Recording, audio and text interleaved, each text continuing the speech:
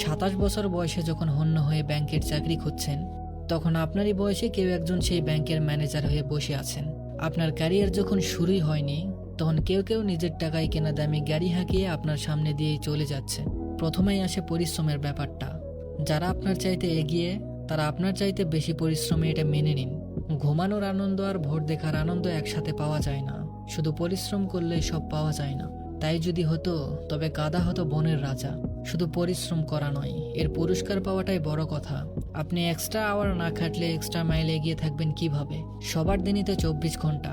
আমার বন্ধুকে দেখেছি, অন্যরা যখন ঘুমিয়ে থাকে তখন সে রাত জেগে আউটসোর্সিং করে। ও রাত জাগার সুবিধা তো পাবেই। আপনি বাড়তে কি করলেন সেটাই ঠিক করে দিবে আপনি বাড়তে কি পাবেন। আপনি ভিন্ন কিছু করতে না পারলে ভিন্ন কিছু পাবেন না। বিল গেটস রাতারাতি বিল গেটস হয়নি। শুধু ইউনিভার্সিটি ড্রপ আউট হলে স্টিভ জবস কিংবা জুকারবার্গ হওয়া যায় না। বড় মানুষের বড় প্রস্তুতি থাকে। নজরুলের প্রবন্ধগুলো পড়লে বুঝতে পারবেন উনি কতটা সুশিক্ষিত ছিলেন। শুধু রুটির দোকানে চাকরি করলেই নজরুল হওয়া যায় না, কিংবা স্কুল কলেজে না গেলেই রবীন্দ্রনাথ হয়ে যাওয়া যাবে না। সবাই তো বই বাদাইয়ের দোকানে চাকরি করে মাইকেল ফারাডে হতে পারে না। বেশিরভাগই তো সারা জীবন বই বাদাই করেই কাটিয়ে দেয়। স্টুডেন্ট লাইফে কে কি বললো সেটা নিয়ে মাথা ঘামাবেন না। যে ছেলেটা প্রোগ্রামিং করতে পারতো না, সে এখন একটা সফটওয়্যার ফার্মের মালিক। যাকে নিয়ে কেউ কোনোদিন স্বপ্ন দেখেনি, সে এখন হাজার হাজার মানুষকে স্বপ্ন দেখাতে শেখায়। ক্যারিয়ার নিয়ে যার তেমন কোনো ভাবনা ছিল না, সে সবার আগে পিএইচডি করতে আমেরিকায় গেছে। সব পরীক্ষায় মহা উৎসাহে ফেল করা ছেলেটি এখন একজন সফল ব্যবসায়ী। আপনি কি পারেন কি পারেন না, এটা অন্য কাউকে ঠিক করে দিতে দিবেন না। সরকারি ইউনিভার্সিটিতে চান্স পাননি, প্রাইভেটে পড়ছেন, সবাই বলছে আপনার লাইফটা শেষ। আমি বলি কি, আপনার লাইফ তো এখনো শুরুই হয়নি। আপনি কত দূর যাবেন এটা ঠিক করে দেওয়ার অন্যরা কে? লাইফটা কি ওদের নাকি? আপনাকে ডাক্তার ইঞ্জিনিয়ার হতেই হবে কেন? যেখানে পড়াশোনা করেন না কেন, আপনার এগিয়ে যাওয়া নির্ভর করে আপনার নিজের উপর।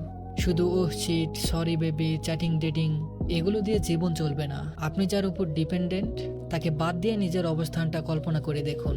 যে গাড়িটা করে ইউনিভার্সিটিতে আসেন, ঘোরাঘুরি করেন, সেটা কি আপনার নিজের টাকায় কেনা? একদিন আপনাকে পৃথিবীর পথে নামতে হবে। তখন আপনাকে যা যা করতে হবে সেসব কাজ এখন থেকেই করা শুরু করুন। জীবনে বড় হতে হলে কিছু ভালো বই পড়তে হবে, কিছু ভালো জায়গায় ঘুরতে হয়, কিছু ভালো মানুষের সাথে কথা বলতে হয়, কিছু ভালো কাজ করতে হয়। জীবনটা শুধু হিহি করে কাটিয়ে দেওয়ার জন্য নয়। একদিন যখন জীবনের মুখোমুখি দাঁড়াতে হবে, তখন দেখবেন পায়ের নিচ থেকে মাটি সরে যাচ্ছে, মাথার উপর আকাশ ভেঙে পড়ছে। স্কিল ডেভেলপমেন্টের জন্য সময় দিতে হয়। এসব একদিনে কিংবা রাতারাতি হয় না। আপনার মতো করে লিখতে হলে আমাকে কি করতে হবে? আমি আপনার মতো রেজাল্ট করতে চাই, আমাকে কি করতে হবে? এগুলো আমি প্রায় শুনি। তবে আমি বলি কি, অসম্ভব পরিশ্রম করতে হবে, নো শর্টকাট। আপনি যখন স্কুল কলেজে পড়তেন, তখন যে সময় আপনার ফার্স্ট বয় বন্ধুটি পড়ার টেবিলে মুখ থুবড়ে পড়ে থাকতো, সে সময় আপনি তাকে দেখে হাসতেন। এখন সময় এসেছে আপনি পড়ার টেবিলে বসে থাকবেন। জীবনটাকে যে সময় চাবুক মারতে হয়, সে সময় জীবনটাকে উপভোগ করলেন। যে সময় জীবনটাকে উপভোগ করার কথা, সে সময় জীবনটাকে উপভোগ করতে পারবেন না। এটা স্বাভাবিক, এটা মেনে নিন। মেনে নিতে না পারলে ঘুরে দাঁড়ান, এখনই সময়। কষ্ট করুন, লক্ষ্য ঠিক রাখুন। ব্যর্থ হবেন কিন্তু থামবেন না, এগিয়ে যান। 1000 বার ব্যর্থ হলে তা থেকে 1000টা শিক্ষা নিন, তারপর সফলতা পাবেন ইনশাআল্লাহ। ধন্যবাদ সবাইকে।